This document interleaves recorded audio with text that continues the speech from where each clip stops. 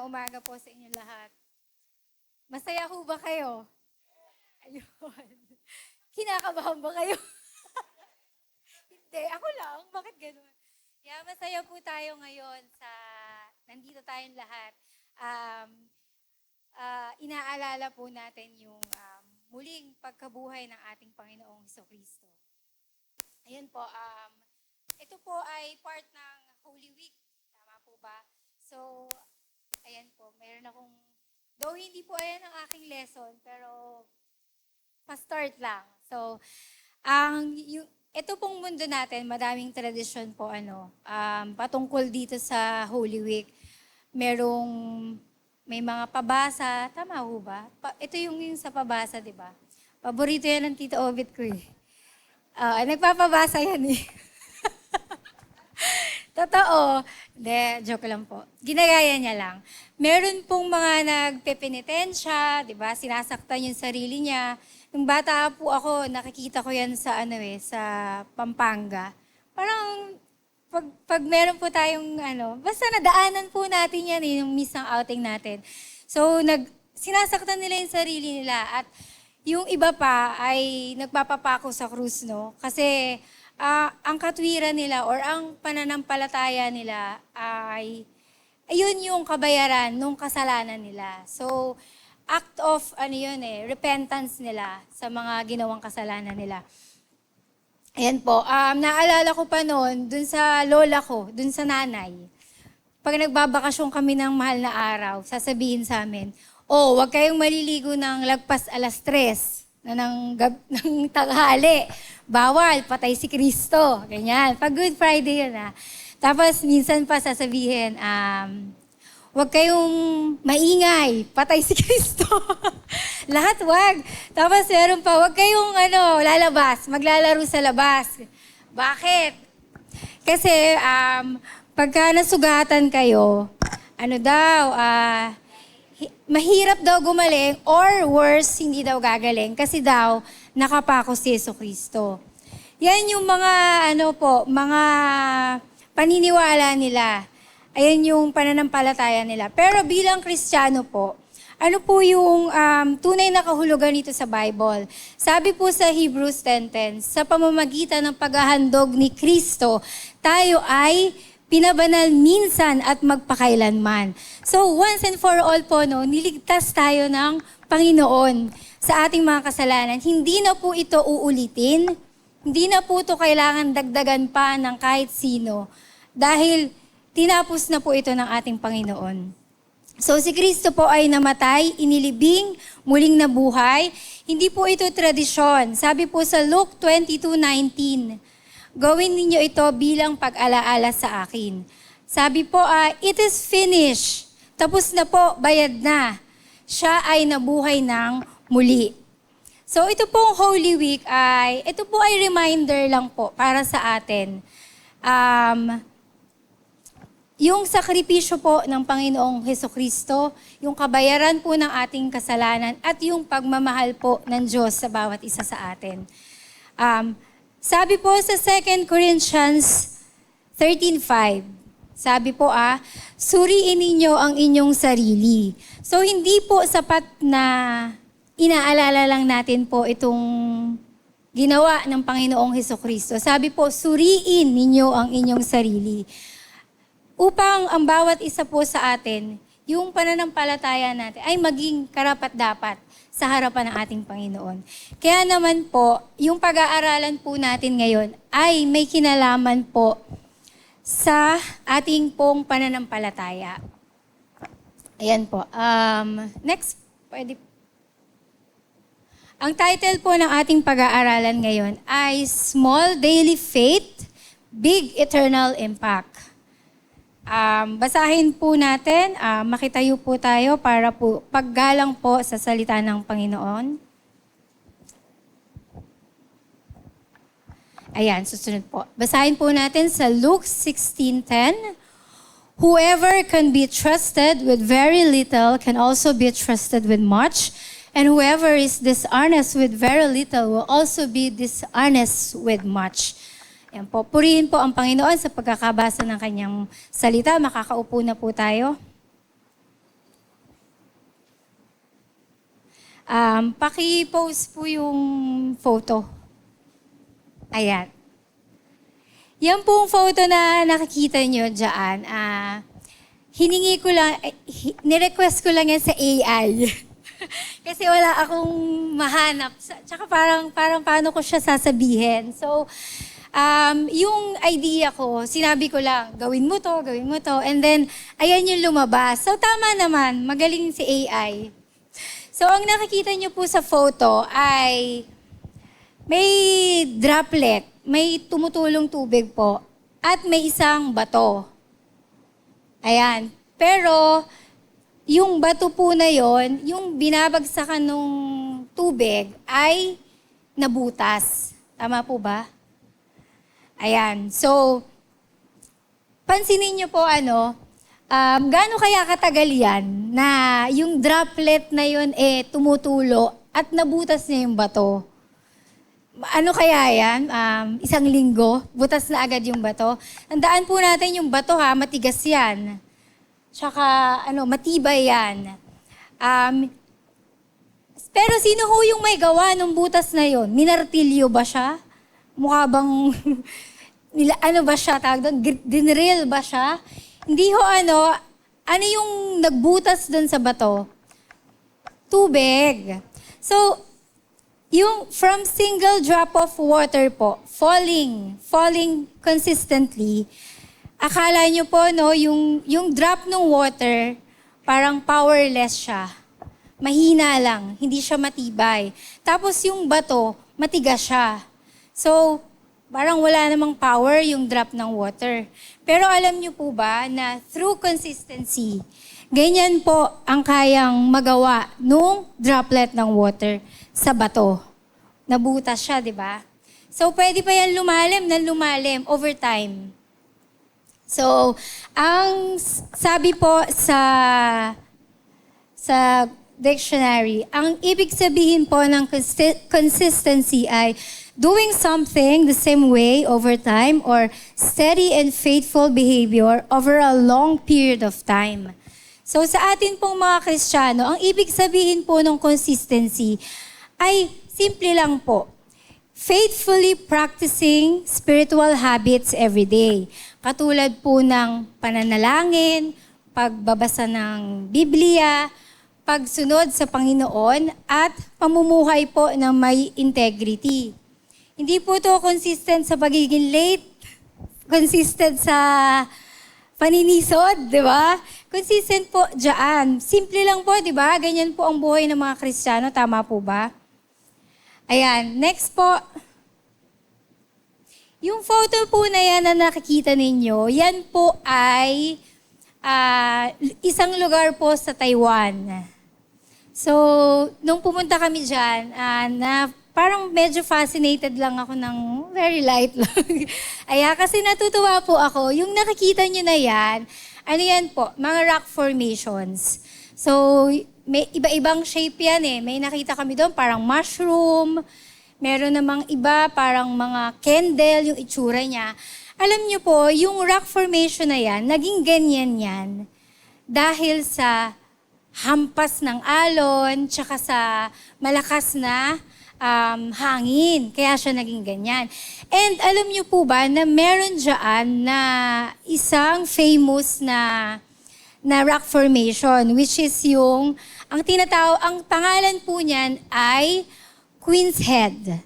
So yung itsura niya kasi, para daw siyang si Queen Elizabeth of England. Para ba siyang queen? Parang queen, di ba? Balik. Ayan. So, alam niyo po ba yung itsura niya sa unang photo, nakikita niyo po yung leeg niya. Makapal-kapal pa, di ba? Pangalawang photo, medyo numipis. Tapos pangatlong photo, medyo numipis pa. Tapos yung next po ay, ayan yung current situation niya. Medyo manipis na yung leeg ng Queen's Head.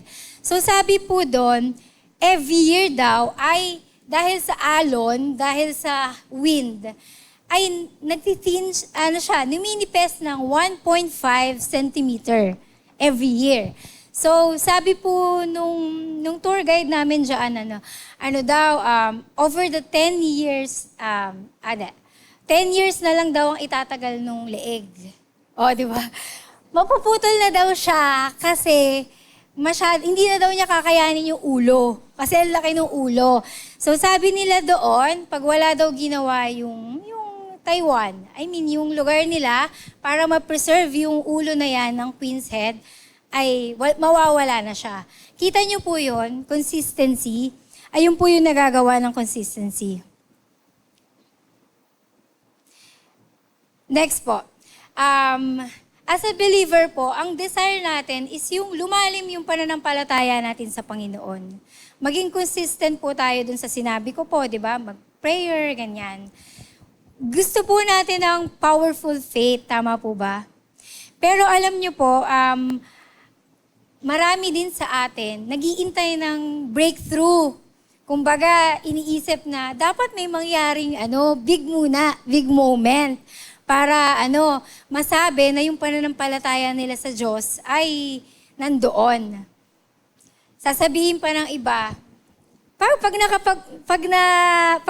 binigyan muna ako ng Diyos ng bahay, pag binigyan ako ng Diyos ng kotse, ganyan. Sabihin pa ng iba, pag yumaman ako, tsaka lang ako magpapatotoo sa Panginoon sa ginawa niya sa buhay ko. So, naghihintay tayo lagi yung malaki, malalim na dahilan para yung pananampalataya natin sa Panginoon ay lumalim. Ayan po. Pero ang Panginoon po ay kumikilos siya in a different way. Paano po ba? Yung pong spiritual growth natin, naka-base po siya dun sa daily consistency. Meron po ba dito na kakakilala lang sa Panginoon ay talagang masasabi nyo na malalim na kayo agad sa Panginoon? May ganun ba? Ayun po, mga kapatid, mahalaga po itong pinag-uusapan natin ngayon. Kasi ang tunay po na relasyon sa Panginoon, meron po yung senyales. So may mga sign po yan. Kung talaga pong tayo ay nakatanggap sa Panginoon, nagpapakita ho niya ng mga senyales. Tayo ho ba ay nakikipag-usap sa Panginoon? Sumusunod ho ba tayo sa will niya? Yung mga ginagawa ho ba natin sa buhay natin ay naka-angkla sa Kanya? Sabi nga ni Brother Oli kanina, yung sa business po, iniisip niya kung kasama daw ba ang Panginoon doon. Sabi po ng Panginoon, in all things, kasama po ang Panginoon. So sa lahat po ng bagay na meron kinalaman sa atin, sa pag-aaral, sa family, sa business, kung ano pa man po, lahat po ay kasama po ang Panginoon. Yan po. Ngayon po, ito po yung pa-number 1 po. Ayan po. Meron po 3 important truths about spiritual consistency. Number 1 po, God values faithfulness in small things. Sabi po ng Panginoon, He who is faithful in little is faithful also in much. Pansinin niyo po yung sinabi ng Panginoon. Hindi niya sinabi na talented in little, hindi niya sinabi na impressive in little. Sinabi niya po, faithful in little. So, yung Panginoon po, hindi siya nakatingin agad sa greatness. Hindi yung faithfulness natin ay hindi dapat grand agad, no? Hindi natin isipin na pinili tayo ng Panginoon. Kaya tayo pinili ng Panginoon kasi magaling tayo, mas mabait tayo, mas magaling tayo sa iba. Actually nga po, wala ho tayo, lahat po sa atin, bawat isa sa atin ay wala ho tayong mapagmamalaki sa Panginoon. Kahit isa sa atin po. Pero inyo, no, malakas kayo. Tapos isang araw, sumakit yung tiyan nyo. Tapos nagpa-check up kayo, may cancer na pala kayo. Diba, yung katawan natin, mahina. So, wala talaga ho tayo mapagmamalaki sa Panginoon. Yung iba po, Gusto agad nila big ministry, big influence, big results. Pero ang Panginoon po ay nagsisimula siya sa maliit. Sabi nga po, yung paglilingkod po natin dito sa iglesia po, sabihin nyo, ay, ako lang naman nagliligpit ng mga upuan after ng service. Tinatanggal ko lang naman yung mga mga sapin. Yung paglilingkod ko ay maliit lang. Hindi katulad sa iba na nagsasalita sa harap, kumakanta sa harap, ganyan. Hindi ho totoo yun, Kasi maliit na or malaking paglilingkod, sa paningin po ng Panginoon, ay paglilingkod po yan. Pinaglilingkuran po natin siya. So si David po, hindi siya nag-start na tinalo niya agad si Goliath. Saan ba nag-start si David? Nag-start po siya sa pag-aalaga ng tupa, di ba? Hindi naman siya agad-agad, tinalo na agad niya si Goliath. Si Daniel po, hindi prayed 3 times every day. So, alam po natin yung story ni Daniel. Bawal po, di ba? Bawal, pinag-utos ng hari na bawal manalangin. At pag nanalangin ay papatayin. Pero si Daniel po ay hindi nagpatinag doon. Siya po ay nanalangin pa rin ng 3 beses sa isang araw po. Si Moises po, hindi siya nagsimula na inakay niya yung Israel out of Egypt. Nag-spend muna siya ng years din, katulad ni David na nag-aalaga din ng tupa. So ano po yung pinapakita nun? Ang Panginoon po, dinedevelop niya po yung mga tao, katulad po natin, through daily faithfulness po. Hindi siya nag-start ng magaling ka agad, ganun, or tinawag ka niya agad para gumawa ng malaking bagay. Nag-start po yan sa maliliit. Sabi po, nobody becomes spiritually strong overnight. Hindi po yan, biglaan. Pangalawa po, what spiritual consistency looks like. Ito po, hindi too complicated para po sa ating mga Kristiyano. Una po is daily prayer. Sabi po sa 1 Thessalonians 5:17, pray without ceasing. Manalangin po tayo na walang patid. Hindi po, mga kapatid, hindi po sinabi na manalangin lang tuwing may problema, manalangin lang tayo tuwing may sakit tayo, or dumadaan tayo sa mga problema. Yung consistent believers po, nagbibuild po yan ng habit of prayer. Araw-araw po, kinakausap po ang Panginoon. Hindi po pwedeng may relasyon po tayo sa Diyos, pero hindi po natin siya kinakausap. For example po, di ba, yung mga mag-girlfriend po tsaka mag-boyfriend, di ba? Ano yan umpisa pa lang, di ba? Laging magkausap sa telepono. Sabihin pa, ibaba mo na. Hindi, ikaw na. Hindi, ikaw na. Di ba? Ayaw pa. Wala na nagbaba. Kasi, di ba? Hindi ako yun, agad, Hindi ako yun. Pero nakikita niyo po yung relationship na nabibuild. Kasi may relasyon sila So, nag-uusap sila, di ba po? Kaya tayo po, may relasyon tayo po sa ating Panginoon. Hindi po pwede na hindi po natin siya kinakausap. Alam niyo po, tungkol po yan sa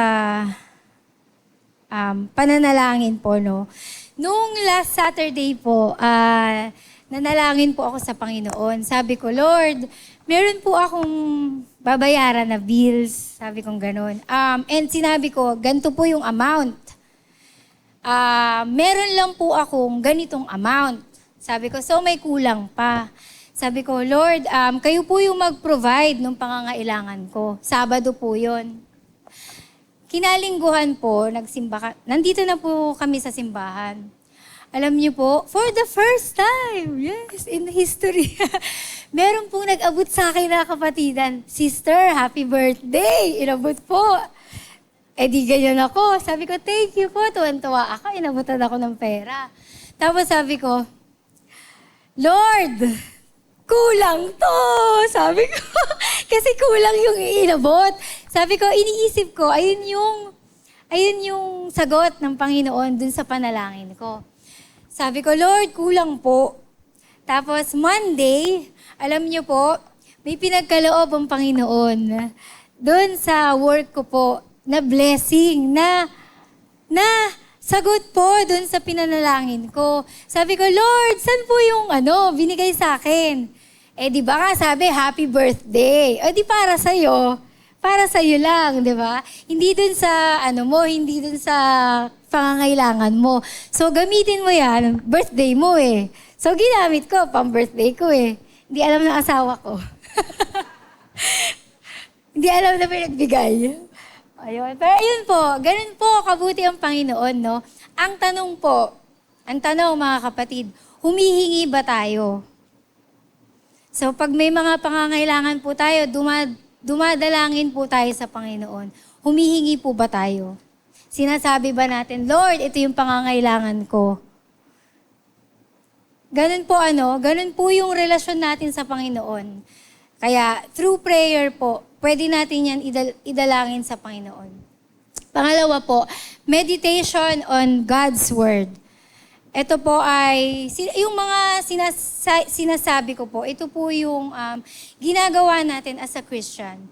Daily faith, yung araw-araw po na ginagawa natin bilang para palakasin po yung ating faith sa Panginoon. So yung pangalawa po ay meditation on God's Word. Sabi po sa Joshua 1:8, meditate on it day and night. Ayan, sa buhay po natin mga kapatid, marami tayong mga desisyon na kailangan pagdesisyonan, katulad po ng pag-aasawa, katulad ng, natatawa, katulad po ng, kung yung sa mga magtatrabaho po, yung mga saan ba akong company papasok? Or yung mga estudyante naman, ano ba yung course of study ko? Ano ba yung papasukin ko na course? Sa mga business-minded naman dyan, di ba? Ano ba yung business na papasukin ko? Yan po yung mga example po nung mga desisyon natin sa buhay. Ngayon po, kung hindi natin alam ang salita ng Diyos, pwede po tayong magkamali. For example po, sa pagpili po ng asawa, natural naman po, hindi naman perfect yung mapipili natin, di ba? Pero, pag-focus po tayo dun sa will ng Panginoon, hindi naman po tayo makakakuha ng mali na asawa po, Kasi ayun po yung disenyo ng Panginoon sa atin. Ayan. So, di ba, lahat po tayo dito naniniwala na isang desisyon natin sa buhay can affect the future. Can affect tomorrow. Tama po ba? Isang desisyon mo lang, pwede pong maapektuhan yung nakaraan. Yung future. So, kailangan po natin malaman po yung salita ng Panginoon para po masunod natin yung kalooban niya. Hindi tayo magkamali.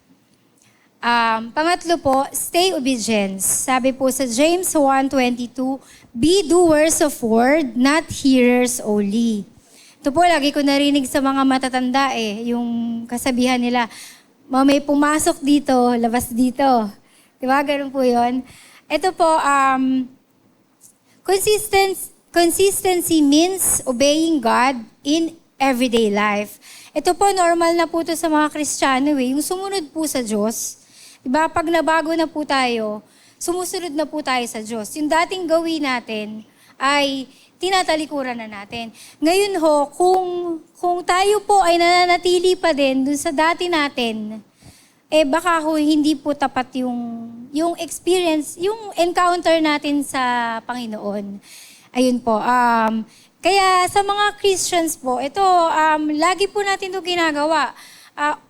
Sumusunod po tayo, di ba? Honest tayo.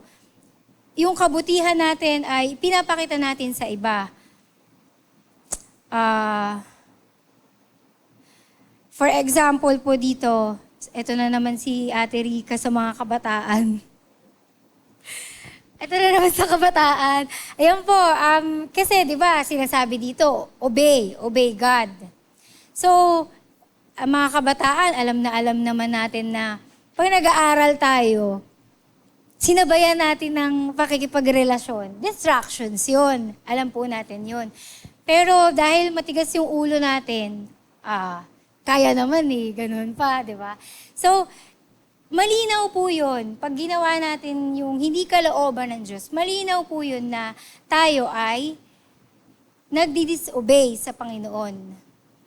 So, sabihin ng mga pamangkin ko, ito na naman si tita. Alam niyo pa, side story lang Nung bata po ako, nalaman ko yung kapatid ni Sister Mirna, pangalan, Tita Wow. Sabi ko, ay wow, Tita Wow, ang ganda naman ng pangalan. Sabi ni Ate Mirna, kaya daw wow, kasi wow, ang ganda. Parang ganon. So sabi ko nung bata ako, ay pag ako nagkapamangkin, sabi ko ganon, gusto ko tawag sa akin, Tita Ganda. Tapos nung nagkapamangkin na, wala na, hindi na Tita Ganda. Ano na, Tita Sungit na. Yun po, faith is proven by obedience. Yung pananampalataya po natin, proven po yan sa pagsunod natin. Nagtitiwala po ba kayo? Amen po ba? Nagtitiwala tayo sa Panginoon. Sumunod po tayo. Tama po? Amen. Ayan po. Next po, fellowship with other believers. Sabi po sa Hebrews 10:25, ini-encourage po tayo na huwag natin i-neglect yung mga gathering together. Ayan po, di ba? Narinig natin yung mga patotoo kanina.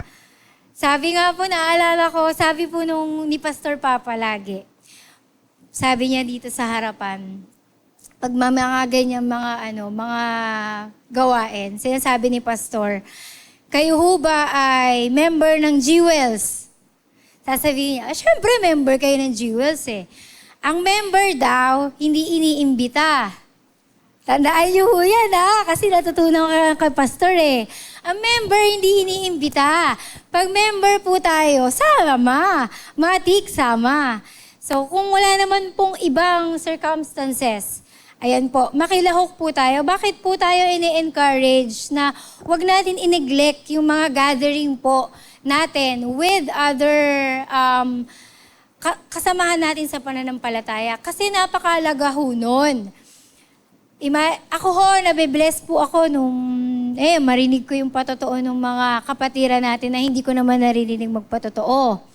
Nabibless po ako kasi nakikita ko din yung faith nila. Kasi kung hindi naman sila tatayo sa harap at sasabihin nila, ipapatotoo nila yung ginawa ng Panginoon, hindi ko malalaman. Kaya nagagalak po yung puso ko na marinig yung mga patotoo nila.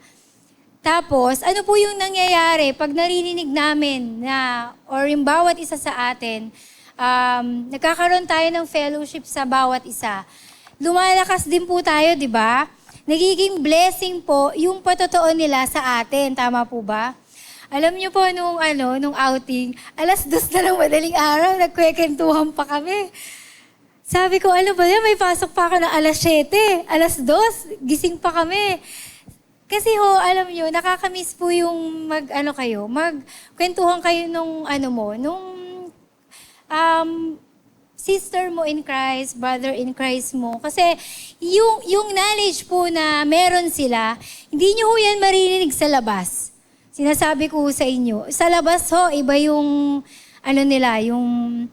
yung sasabihin nila, yung iba yung mga wisdom nila sa mga bagay-bagay. Pero pagka sister in Christ nyo, brother in Christ nyo, yung knowledge ng Panginoon, ayun po yung maririnig nyo sa kanila. Kaya, wag po natin i-neglect yung mga gathering na mga ganon. Sana po ay na-convince ko kayo na next time, sumama kayo. Kasi malaki po yung mawawala. Alam niyo po, kahit ano yan, kahit ano pa yan, pag sinabing ganyan, dapat lista agad tayo. Doon yung faith natin na sasama ako. Kasi gusto ko din maging kalakasan ako dun sa kapatid ko. Kaya po, next time, pag naglagay dyan, lista tayo. Amen po? Amen. Ayan, next po. Ito po yung isa sa truth po ng consistency ng ating pananampalataya. Ano daw yung napoproduce po ng consistency? Kung tayo po ay consistent sa pananalangin, consistent tayo sa pagbabasa ng salita ng Diyos, at consistent tayo na sundin ang Panginoon, ano daw po yung napoproduce? Sabi po sa Galatians 6:9, "Do not grow weary in doing good, for in due season we shall reap if we do not give up."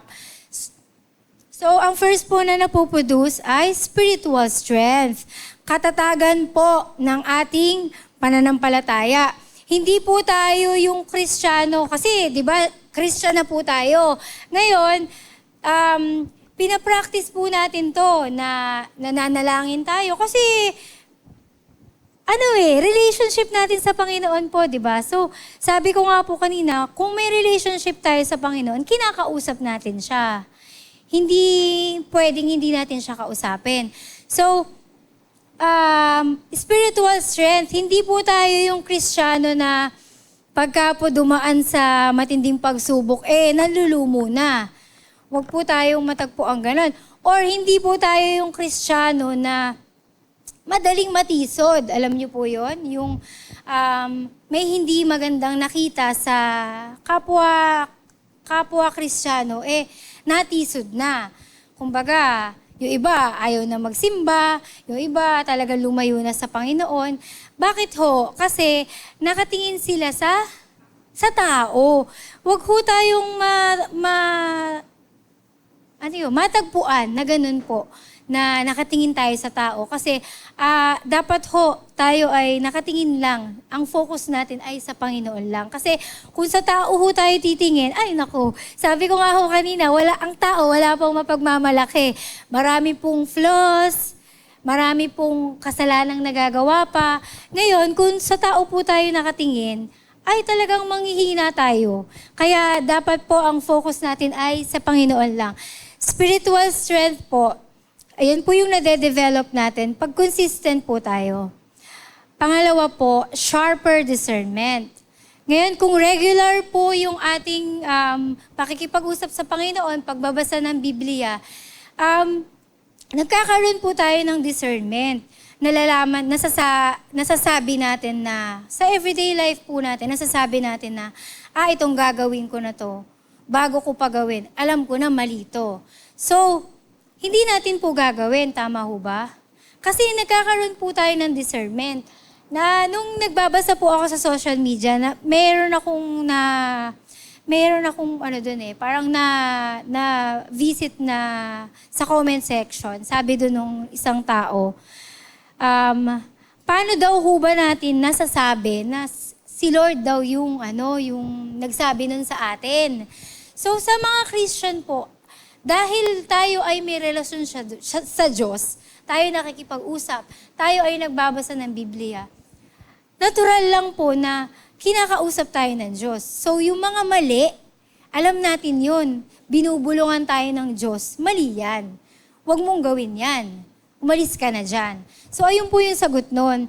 Maaaring yung mga tao po sa sanlibutan ay hindi talaga nila maintindihan yun. Kaya nga, di ba, may pinagtatawanan na nagsalita sa social media na sinabi daw ng Diyos na mag-resign ka dyan. So yung mga tao, natatawa sila, bakit sinagsabi si Lord na mag-resign ka dyan? Pero totoo yun na pwedeng sabihin ng Diyos na mag-resign ka dyan. Kung hindi yan, tama, sa kalooban ng Diyos, umalis ka dyan. Parang gano'n, tama po yun. Yung discernment, nasa atin na po. Pangatlo po, deeper intimacy with God. So, nagkakaroon po tayo ng deeper intimacy. Ito po ay one of, nung binabasa ko to, may realization po ang Panginoon sa akin. Kasi meron ho akong kaibigan na, ang katwiran ko, kaibigan ko siya. Kahit nasa malayo siya, kaibigan ko pa rin siya. Hindi kami nag-uusap, hindi kami nagkakamustahan, ganyan. So parang na-realize ko na, may relationship kami. Dapat kami nag-uusap, kahit kamustahan lang, ganun. Kasi ganun po yung relationship, di ba? Meron bang relationship na, Hindi kayo nga nag-uusap. Di ba nga, pagka bagong kaibigan nyo, kunyari, kaibigan nyo siya, di ba? Ultimo, paborito yung pagkain, mga ayaw nyo, sinasabi nyo sa kaibigan nyo, di ba? Kahit sikreto nyo ka, sinasabi nyo sa kaibigan nyo eh. So, doon nyo po nabibuild yung relationship nyo. Nagkakaroon po kayo ng malalim na ugnayan doon sa kaibigan nyo. Ngayon, ay ganun din ho, yung nabibuild natin pag araw-araw ho tayong nakikipag-usap sa Panginoon. Deeper intimacy with God. Ngayon po, next po na truth about this ay, bakit po maraming tao po yung nag-struggle with consistency?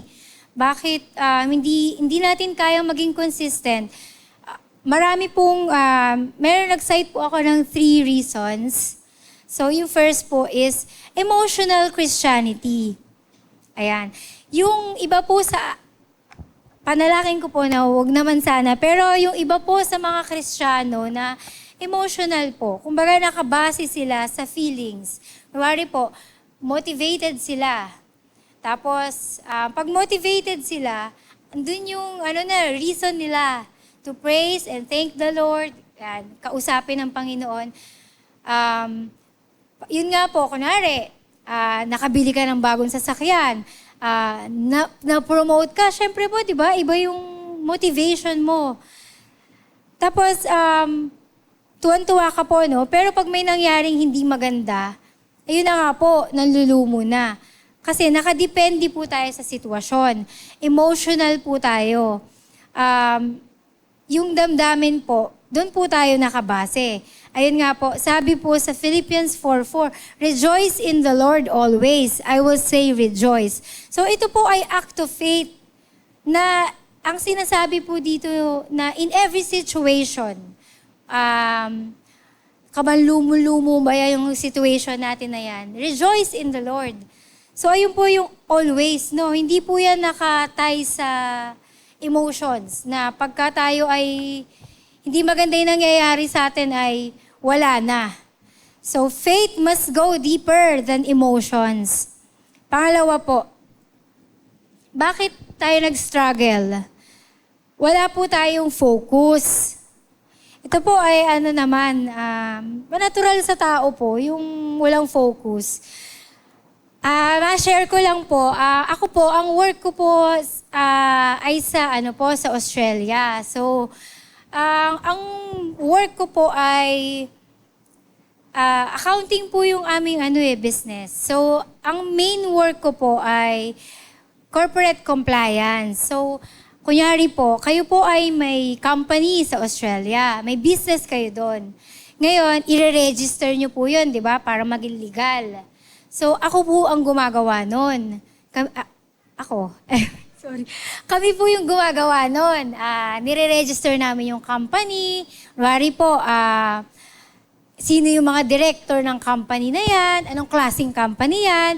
Tapos, ako din yung gumagawa nung, kunwari ho, si Brother June, magiging director siya ng isang company. So, i-appoint ko siya. O kaya naman po, si Brother Charlie, magre-resign naman siya as director. Ganun po, pati mga shares, ayan po. So ako gumagawa niyan. Yung trabaho ko po ay, pag wala kang focus, delikado ka. Kasi po ang penalty, pag nagkamali ka, ay talagang malaki po. Kasi nga, corporate compliance po, Ngayon, siguro nung bago-bago pa lang ako, talagang siguro po wala akong focus kasi work from home. Talagang yung mga anak ko, rinig na rinig ko, nag-aaway sa likod, sumbong dito, sumbong doon. Tapos, talagang wala kang focus pag nasa bahay. Pag nasa office po, talagang focus. Kaya sabi ko mas parang gusto ko pa mag-office kaysa ganito Dapat po talaga may focus. Ngayon, siguro nagkamali ako kasi wala akong focus. So, anong nangyari mag-a-appoint ako ng director. Kunwari si Brother Orly. I-appoint ko siya as director ng company isang company. Ngayon, i-appoint ko na siya. Nung i-enter ko na yung pangalan niya, nakita ko may dalawang Orly Acopio, gano'n. Dalawa sila. So, akala ko, duplication lang. Ganyan. Hindi ko na-check. Wala ako sa focus. Yung pala magkaibang tao. Ang napili ko, yung isang, yung isang akopyo na isa, na wala siyang kinalaman dun sa company na yon. So, di ba, ang galing, na-appoint kong director yung walang kinalaman dun sa company. Pero alam nyo ho, sa awa ng Diyos, talaga nagawa ng paraan yon. Tinawagan nila yung tao na nagkamali po, na-appoint kayo. Naging director kayo ng isang company. I-resign po namin kayo, parang ganon. Tapos alam nyo po, for some reason, walang penalty yun. Sabi ko, thank you Lord. Kasi syempre babayaran nila yun, hindi ako. Kasi wala naman. Kumbaga, kino-cover ng company yun. Kaya lang, syempre nakakahiya. So nakikita nyo ho yun, pag wala kayong focus, pwede kayong magkamali. Namatay. Pangalawa po, bakit tayo nag-struggle? Kasi po ay impatient. Ay, pangatlo pala. Kasi po, impatient tayo. Ito po ay tendency po natin to lagi. Kasi gusto natin quick. Diba? Quick answers, quick po yung result. Lahat. Gusto natin madali. Kaya nga po, usong-uso, diba? Yung mga instant. Kasi mas gusto po mas gusto ng tao. Yung mga fast food, diba? Mas gusto nilang i-consume yun kaysa magluto ng masustansyang pagkain. Kasi mabilis po mabilis. Naalala ko po nung bata ako, magpapagupit kami sa bahay. Si nanay, tsaka ako magpapagupit. Sabi ni nanay, tawagin mo yung magugupit kasi pupunta lang yun sa bahay. Tapos, sabi, hindi daw available yung magugupit. Ako tong intrimitida. Intrimitida. Yung yung gusto. Kasi bata pa ako Gusto ko, ura-urada, ganon. Impatient ako. Ginupit ko yung buhok ko, sarili kong buhok. Kaya yung bangs ko, imbis na, di ba, kasi bangs gugupitin, ganyan lang. Ang ginawa ko, hinila ko. Tapos, tsaka ako ginupit. Pagka let go ko, andito na siya. Nandito na siya. Nako, sinasabi ko sa inyo, ayokong lumabas ng bahay, nag-aaral ako nun. Iniisip ko, paano ba gagawin ko dito? Sagarin ko kaya hanggang dito? Yung gupitin ho ba hanggang dito? Naisip ko ho talaga yon. Tapos, ang ginawa ko ho, headband. Talagang, in my entire life, ang itsura po talaga ng ang hairstyle ko talaga may bangs Nung pagkakataon na yun, nawalan ako ng bangs. Kasi naka-headband ako. Kasi impatient tayo di ba? So, gusto natin instant. Remember po, God develops character slowly po. So tayo po, kung nakakilala tayo sa Panginoon, bago lang tayong Kristiyano, unti-unti ho yan. Hindi ho yan overnight. Ang laki na ng pananampalataya ko sa Panginoon. Pero, careful din ho tayo na kung tayo ay nakakilala sa Panginoon, dapat ho may pagbabago. Kasi kung wala, sinasabi ko nga, katulad sinabi ko kanina, kung walang pagbabago, ay check natin. Baka may mali ho doon sa ating pagsunod sa Panginoon. Ayun po. Sabi po sa 1 Corinthians 15:58, be steadfast, immovable, always abounding in the work of the Lord. So, ito po ay call to steadfastness. Isipin po natin si Hannah. Ilang taon po siyang nanalangin para magkaroon siya ng anak. Umiiyak siya sa Panginoon, nagpaluhod sa Panginoon para po magkaroon ng anak, di ba? Pero hindi po sumagot ang Panginoon. Wala pa rin siyang anak. Pero faithful ho siya, nanalangin pa rin siya at sinabi niya gusto niya magkaanak. At eventually po, sumagot ho ang Panginoon at ibinigay po sa kanya si Samuel. So Christians, ayun po yung gusto kong iparating sa umagang ito po, no? Kung tayo ay matagal ng Kristiyano, kung tayo ay bago pa lang Kristiyano. Ito pong mga bagay na to, pagdadasal sa Panginoon, pakikipag-usap sa Panginoon, pagbabasa ng Biblia, pagiging obedient sa Panginoon, ito po ay, sabi nga, simple lang na ginagawa natin sa journey natin po, sa pananampalataya natin sa Panginoon. Pero sabi nga po, simple, pero may impact po. Pakatagalan, lumalalim po tayo sa Panginoon. Yan po, magtatapos na po ako. Ang tanong po dito, consistent po ba tayo? Tayo ho ba ay nananalangin? Kinakausap natin ang Panginoon araw-araw? Or alam na yun, Lord? Alam mo na yan? Ganun ba tayo? Alam mo na yan, Lord? Alam mo na yung pangangailangan ko. Hindi na ako magpipray kasi alam mo naman lahat eh. Ayan po. Mga kapatid, ngayong araw po, alalahanin po natin na si Kristo po ay namatay sa ating para ho sa ating kasalanan. Tayo po ay naligtas sa malinaw na kapahamakan. Pero siya po ay nabuhay muli. We are saved. We are not just saved, but we are called. So, ayun po yung, dalhin po natin ngayon, bago tayo umalis, maging faithful. Tinawag tayo ng Panginoon. Hindi niya lang tayo sinave doon sa krus, yung mga kasalanan natin. Tinawag tayo ng Panginoon. Ngayon, bawat isa ho sa atin ay tinawag niya para lumakad po sa Kanya. So, ayun po yung ating kailangan gawin. Katulad ho nung bato na tinutuluan nung tubig. Na overtime po ay nabutas niya yung bato na matigas. Maging ganun po tayo, yung araw-araw na kala natin maliit na bagay ay malaking bagay ho ang nagagawa sa ating pananampalataya at buhay Kristiyano. Yun lang po, maging faithful po tayo sa maliit na bagay. Yun lamang po. Thank you.